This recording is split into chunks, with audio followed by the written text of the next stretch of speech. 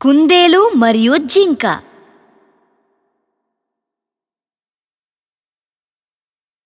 Hi పిల్లలు, మీకు చందమామ అంటే ఇష్టమా?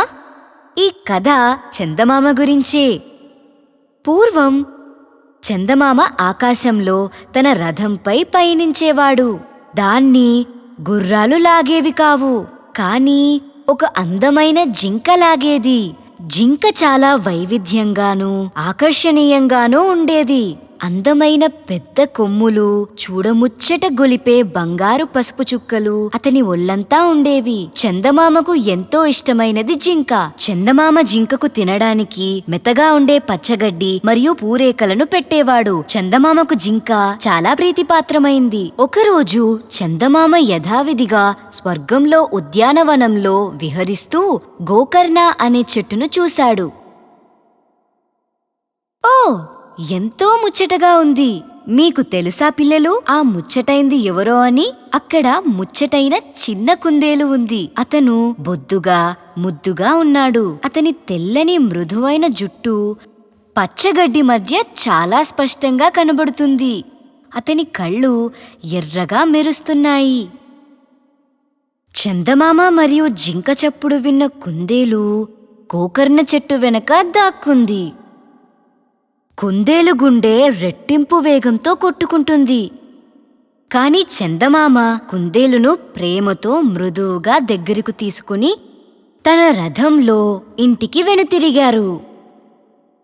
మరుసటి రోజు నుంచి కుందేలును అతి గారాబం చేశాడు.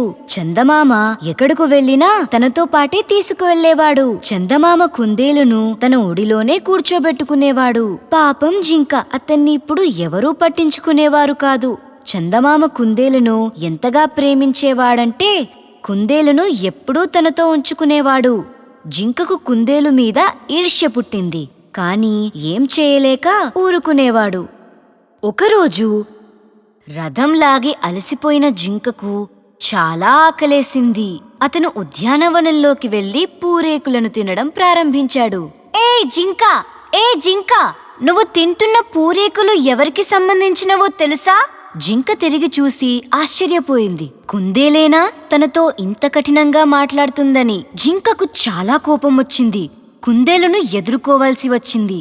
ఏమైంది నీకు?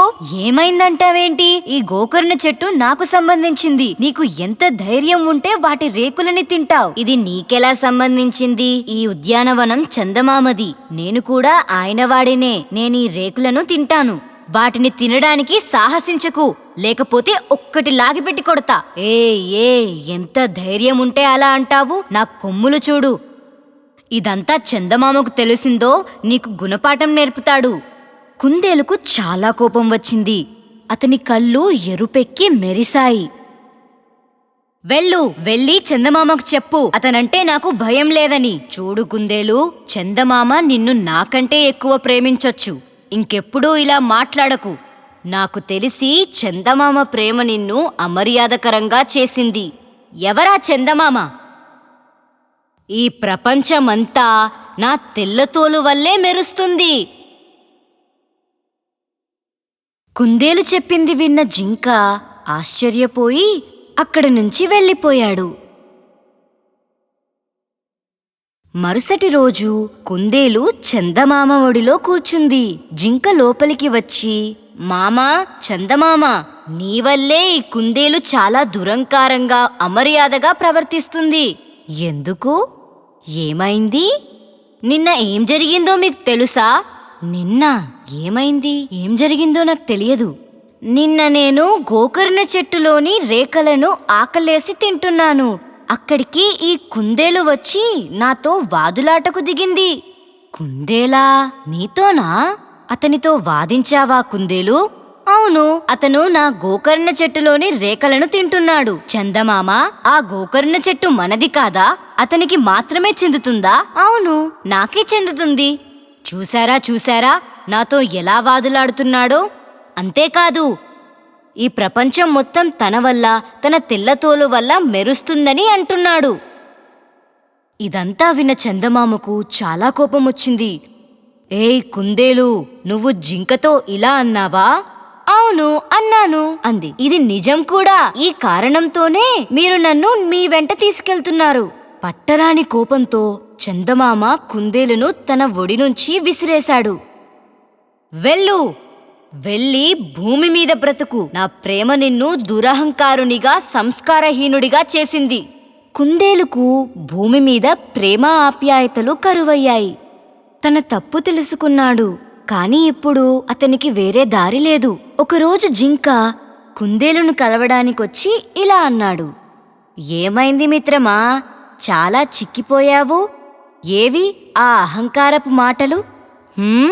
ఓ మిత్రమా, ఎందుకలా మాట్లాడుతున్నావు? నేను నా తప్పులు తెలుసుకున్నాను. చాలా పశ్చాత్తాపపడుతున్నాను. నిన్ను మరియు చందమామను మరచిపోలేకపోతున్నాను. నాకు మళ్ళీ అక్కడకు రావాలనుంది. జింకకు కుందేలు మీద జాలేసింది. ఓ కుందేలు, నువ్వు నిజంగానే పశ్చాత్తాపడుతున్నావా? అయితే సరే, ఏడవకు. నేను చందమామతో మాట్లాడతాను. రా, చందమామ దగ్గరకు వెళ్దాం. జింక కుందేలును చందమామ దగ్గరకు తీసుకువెళ్ళింది. చందమామ, నేను భూమి మీద కుందేలును కలిశాను. అయితే ఏమిటి? పాపం, తను చాలా కష్టమైన పరిస్థితిలో ఉన్నాడు. అందుకు వాడు అర్హుడు. దానికోసం నేనేం చెయ్యాలి? లేదు, కుందేలు అంటే మీకు చాలా ఇష్టం కదా. అతని మీద మీకు జాలి వేయడం లేదా? చూడు జింకా, అహంకారులకు ఇలాంటి శిక్షే వేయాలి. చందమామ, అందుకే అతను అనుభవించాల్సిన కష్టాలన్నీ అనుభవిస్తున్నాడు. అతన్ని వెనక్కు రప్పించండి. సరే, నువ్వు చెప్తే నేను చేస్తాను. అతన్ని పిలువు. జింక పరిగెత్తుకుంటూ వెళ్ళి కుందేలును లోపలికి తీసుకొచ్చింది. ఏడుస్తున్న కుందేలును చూడడానికి చందమామ చాలా ఇబ్బంది పడ్డాడు. తన ఒళ్ళో కూర్చోబెట్టుకుని ఇలా అన్నాడు.